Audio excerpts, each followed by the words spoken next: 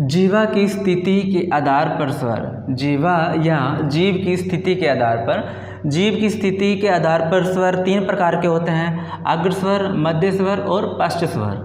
ये मैंने जीव की आकृति बना दी है। इसके जो आगे का भाग रहेगा उसे अग्र बोलेंगे, और जो बीच का रहेगा उसे मध्य, और जो पीछे का भाग रहेगा वो पश्च उसको बोला जाएगा। और इसके अंतर्गत जो स्वर आएंगे, आगे के भाग में जो स्वर उच्चारित होते हैं तो उसे हम अग्र स्वर बोलेंगे। मध्य भाग से जो स्वर उच्चारित होते हैं उन्हें मध्य स्वर, और जो पश्च यानी पीछे के भाग से जो स्वर उच्चारित होते हैं उन्हें पश्च स्वर कहते हैं। तो अग्र स्वर को देखते हैं। वे स्वर जो जीवा के आगे या अग्र भाग से उच्चारित होते हैं उन्हें हम अग्र स्वर कहेंगे। इसमें कौन कौन से आते हैं? इ, ई, ए और आई। ये चार प्रकार के जो स्वर हैं वो जीव के आगे के भाग, आगे जो अग्र भाग है उससे उच्चारित होते हैं। इ, ई, ए, ऐ। ये चीज़ हम बोलते हैं जब उच्चारण करते हैं तो ये चीज़ हमें ध्यान नहीं लगता है, हमें पता नहीं चलता कि हमारे जीव का जो स्थिति है वो आगे की या पीछे की या मध्य की है।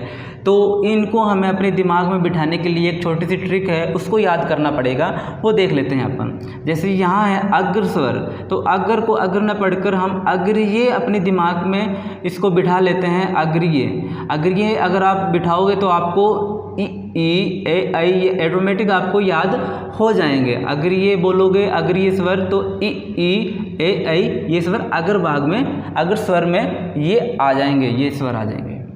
उसके बाद है मध्य स्वर। मध्य स्वर में कौन से होंगे? वे स्वर जो जीवा के मध्य या बीच का जो भाग है उससे उच्चारित होते हैं उन्हें मध्य स्वर कहते हैं। मध्य स्वर में कौन सा आता है? अ, जो एक ही है सिंगल, और आपको इसको याद रखना है। मध्य स्वर में कौन सा है? अ आता है। और उसके बाद बात करते हैं हम पश्च स्वर की। पश्च स्वर में क्या रहेगा?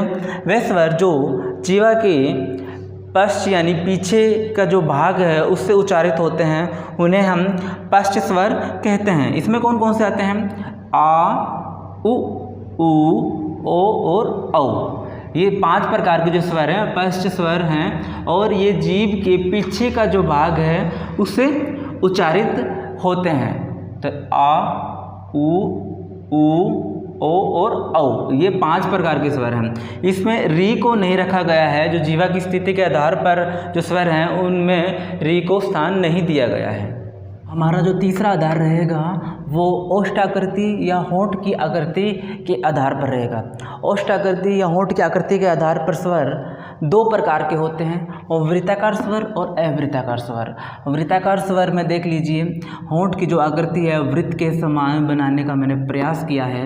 और वृत्त आप सभी को पता ही है, गणित के विषय जब आप अध्ययन करते हैं तो उसमें वृत्त आता है। वृत्त का मतलब एक गोल आकृति होती है, तो हम जब इनका उच्चारण करते हैं तो हमारे होठों की आकृति गोल हो जाती है। और ये है अवृत्ताकार। अवृत्ताकार में कौन से हैं? वृत्ताकार में कौन से हम देख लेते हैं। वृत्ताकार स्वर जिन स्वरों के उच्चारण में ओष्ठ या होठों की आकृति वृत्त या गोल हो जाती है, वृत्त के समान हो जाती है, उन्हें वृत्ताकार स्वर की श्रेणी में रखते हैं। वृत्ताकार स्वर हैं वो कौन कौन से हैं देख लीजिए। उ, ओ और औ, ये जो चार स्वर हैं वो वृत्ताकार स्वर की श्रेणी में आएंगे। अब बात करते हैं अवृत्ताकार स्वर की। जिन स्वरों के उच्चारण में ओष्ठ या होंठ की आकृति वृत्त के समान नहीं बनती है उन्हें हम अवृत्ताकार स्वर कहते हैं। इनमें कौन कौन से आएंगे देख लीजिए। ए, आ, ई, री, ए और ऐ, ये सारे क्या हैं? अवृत्ताकार स्वर हैं। देख लीजिए मैंने ओष्ठ की आकृति बना रखी है जो वृत्ताकार है, वो उसमें ये लिख भी रखा है उ, ओ, औ, और ये अवृत्ताकार स्वर है। ए, आ, ई, ए, ऐ, री। इसको बार बार आप देखोगे, बार बार अध्ययन करोगे तो आपकी ये याद हो जाएगा। अब हम बात करते हैं मुख आकृति के आधार पर, यानी मुख आकृति के आधार पर स्वर कितने हैं। मुख आकृति के आधार पर स्वर चार प्रकार के हैं। कौन कौन से हैं वो देख लेते हैं। संवृत स्वर, दूसरा है अर्ध संवृत स्वर, तीसरा विवृत स्वर और चौथा है अर्धविवृत स्वर। अब इनकी परिभाषा देख लेते हैं। संवृत स्वर किसे कहेंगे? जिन स्वरों के उच्चारण में मुंह लगभग बंद रहता है उन्हें हम संवृत की श्रेणी में रखेंगे। इसमें कौन कौन से स्वर आते हैं देख लीजिए। ई, उ, ये जो चार स्वर हैं वो संवृत की श्रेणी में आते हैं। इसमें इनका उच्चारण करते हैं तब हमारा जो मुंह होता है वो लगभग बंद होता है। और एक इसकी जो छोटी सी ट्रिक है आप याद कर लीजिए, जैसे अपन ने अगर स्वर पढ़े थे जीवा के आधार पर, तो उसमें क्या था, अगर ये ई और ए आई था, उसमें इसमें क्या रहेगा, ई और ए आई की जगह उ इसमें आ गया है। तो ये आपको थोड़ी सी ट्रिक है वो भी याद रखने के लिए काम आएगी। उसके बाद है अर्ध संवृत स्वर, जिन स्वरों के उच्चारण में मुंह थोड़ा खुल जाता है। यहाँ इसमें तो क्या था, मुंह लगभग बंद था, अब मुंह थोड़ा खुल जाएगा, तो उन्हें हम अर्ध संवृत की श्रेणी में रखेंगे। इसमें कौन कौन से स्वर आते हैं, ए और ओ।